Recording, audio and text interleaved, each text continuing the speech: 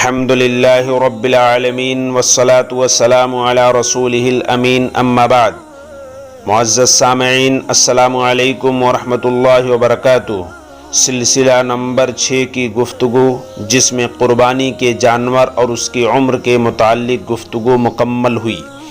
اور آج انشاءاللہ قربانی کے جانور میں شرکت کے احکام کے متعلق گفتگو ہوگی۔ سلسلہ نمبر 7 کے اندر قربانی کے جانور میں شرکت کے احکام کے متعلق انشاءاللہ گفتگو ہوگی۔ معزز سامعین، پچھلی گفتگو میں یہ بات گزر چکی ہے کہ بڑے جانور مثلاً اونٹ، بھینس، بھینسا، پڑوا، گائے، بیل وغیرہ میں زیادہ سے زیادہ 7 آدمی شریک ہو سکتے ہیں۔ 7 سے زیادہ شریک نہیں ہو سکتے، کم ہو سکتے ہیں، 3 ہو سکتے ہیں، 5 ہو سکتے ہیں، 4 ہو سکتے ہیں، لیکن 9، 10، 11 نہیں ہو سکتے۔ بڑے جانور کے اندر 7 ہی حصے داری ہو سکتی ہے۔ اور ایک چیز اور بھی ہے کہ 7 حصے داروں کی حصے داری 7ویں حصے داری سے کم نہ ہو، یعنی سب کا حصہ برابر ہونا چاہیے، اور سارے ہی حصے داروں کی نیت قربانی کی ہونی چاہیے، ثواب کی ہونی چاہیے۔ کسی بھی ایک حصے دار کی نیت، کسی بھی ایک شریک کی نیت گوشت کھانے کی نہیں ہونی چاہیے۔ اگر کسی بھی ایک حصے دار کی نیت قربانی کے بجائے، اللہ کی رضا کے بجائے، اللہ کی خوشنودی کے بجائے، اپنے فریضے کی ادائیگی کے بجائے وہ اس نیت سے حصہ لے رکھا ہے، قربانی کر رہا ہے کہ میں اس حصے سے گوشت حاصل کروں گا، گوشت کھاؤں گا، اس کی نیت گوشت کھانے کی ہے، ثواب کی نہیں ہے، تو کسی کی بھی قربانی جائز نہیں ہوگی۔ اس چیز کو ذہن میں رکھ لیں کہ کسی کی بھی قربانی، اس ایک شخص کی وجہ سے کسی کی بھی قربانی جائز نہیں ہوگی۔ مسئلہ نمبر 2، قربانی کے جانور میں حصوں کو متعین کر لیں۔ قربانی کے جانور میں حصوں کو متعین کر لیں کہ کس کا حصہ کس جانور میں ہے، اور اس جانور میں اس کا کتنا حصہ ہے، اور ٹوٹل کتنے حصے دار ہیں، یہ ساری ڈیٹیل ہمیں معلوم ہونی چاہیے۔ ہمارے ساتھ حصے دار کون کون سے لوگ ہیں؟ بہتر تو یہ ہے کہ جتنے بھی حصے دار ہم بنائیں وہ ہمارے قریبی ہوں، ہمارے رشتہ دار ہوں، ہمارے ان سے تعلقات ہوں، ہم ان کی آمدنی کے وہ بھی جانتے ہوں، ہم ان کے بارے میں بھی جانتے ہوں، ہم ان کے بارے میں ہم متعارف ہوں۔ بہتر تو یہ ہے کہ ایسے ہی لوگوں کو اپنے ساتھ حصہ داری میں شریک کیا جائے۔ مسئلہ نمبر 3، اگر کسی بڑے جانور میں غلطی سے 7 سے زیادہ حصہ دار ہو گئے، مثلا 8 ہو گئے، 9 ہو گئے، تو اب اس کی 2 صورت ہے۔ ایک صورت یہ ہے کہ اگر اس کا علم، یعنی 8ویں حصہ داری کا علم، 9ویں حصہ داری کا علم جانور ذبح ہونے سے پہلے ہو گیا، قربانی کا جانور ذبح ہونے سے پہلے ہو گیا، تو 8ویں حصے دار کو چاہیے کہ وہ اپنے حصہ داری کا پیسہ لے کر اس جانور سے الگ ہو جائے، کسی اور جانور میں جا کر کے وہ اپنے حصے کی قربانی کر لے۔ دوسری صورت یہ ہے کہ اگر یہ علم قربانی کا جانور ذبح ہونے کے بعد ہوا، بعد میں پتہ چلا، لیکن ابھی ایام قربانی ہیں، 10ویں ذی الحجہ، 11ویں ذی الحجہ، 12ویں ذی الحجہ، ان تینوں دنوں میں سے کسی بھی دن لاسٹ میں 12ویں ذی الحجہ کے سورج غروب ہونے سے پہلے یہ علم ہو گیا کہ میں نے جس جانور کی قربانی دی تھی اس میں 7 کے بجائے 8 تھے، 9 تھے، تو اب سارے ہی حصے داروں کو دوسرے جانور کی قربانی دینی پڑے گی، واجب ہے۔ اور اگر یہ قربانی کا علم بعد میں پتہ چلا، 14 کو، 15 کو، 13 کو، 16 کو، اس کے بعد علم ہوا کہ ہم نے جس جانور کی قربانی دی تھی اس جانور میں 7 کے بجائے 8 تھے، 9 تھے، تو ایسی صورت میں ہر حصے دار پر یہ واجب ہوتا ہے کہ وہ اپنے حصے کی رقم اللہ کے راستے میں صدقہ کر دے۔ مسئلہ نمبر 4، قربانی کے جانور میں شریک ہونے والے،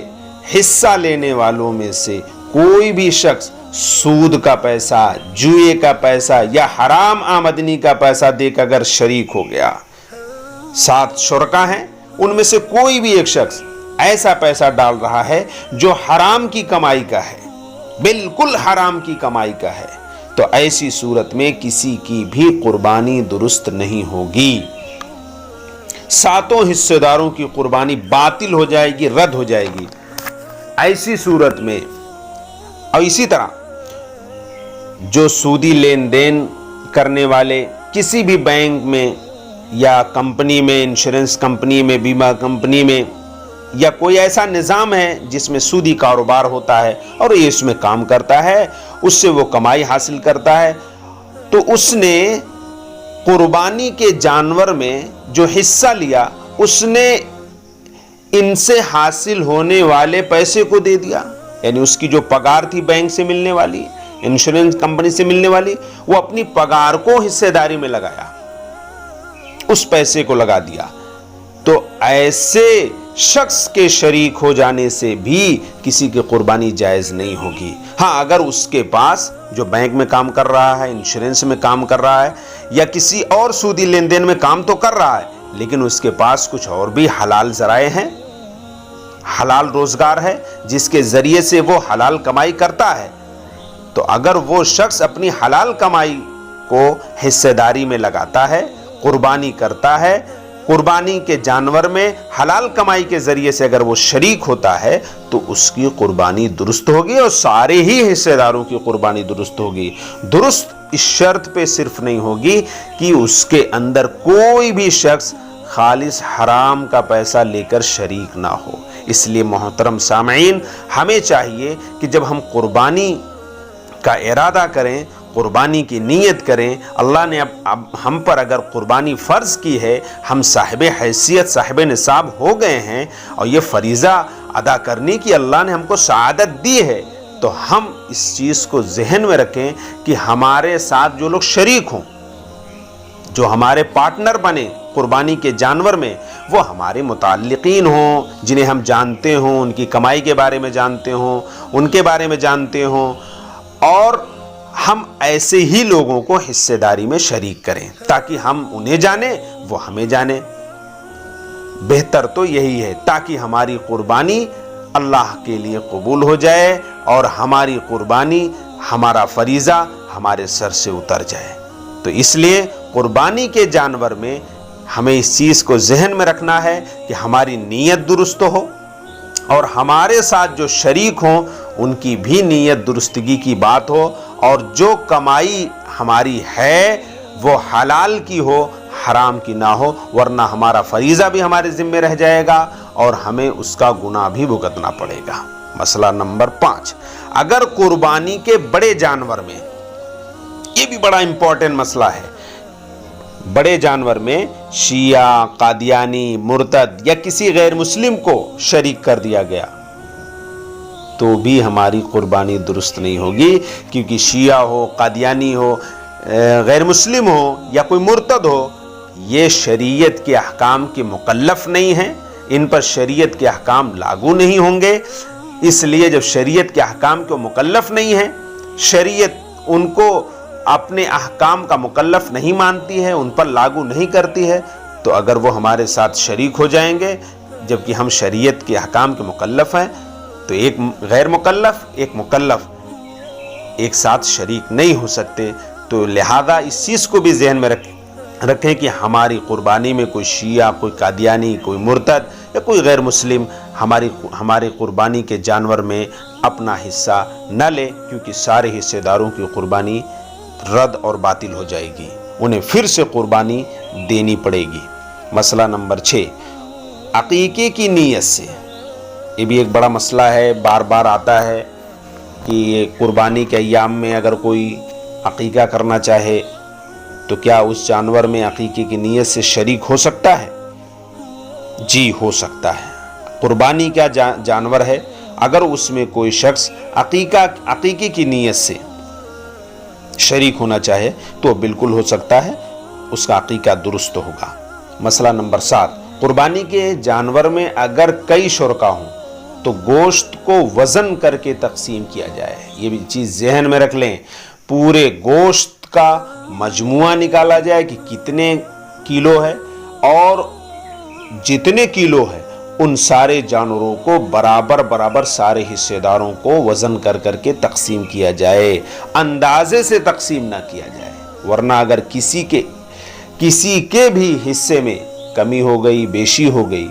کسی کے حصے میں زیادہ چلا گیا، کسی کے حصے میں کم چلا گیا اندازے کی بنیاد پر، تو یہ سود بن جائے گا، اور سود کا لینا دینا ہم سب جانتے ہیں ناجائز و حرام ہے۔ اس لیے قربانی کے جانور کے گوشت کو جب ہم حصے داروں میں تقسیم کریں تو وزن کر کے ہی کریں، اندازے سے بالکل نہ کریں۔ اللہ تعالیٰ کی توفیق سے سلسلہ نمبر 7 کی گفتگو مکمل ہوئی، اور انشاءاللہ اگلے سلسلے میں قربانی کے جانور کے اندر کن عیوب کے پیدا ہو جانے سے،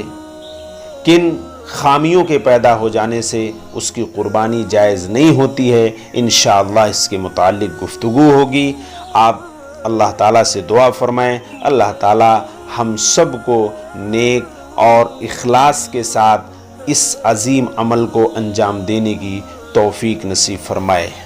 وما علینا الا البلاغ۔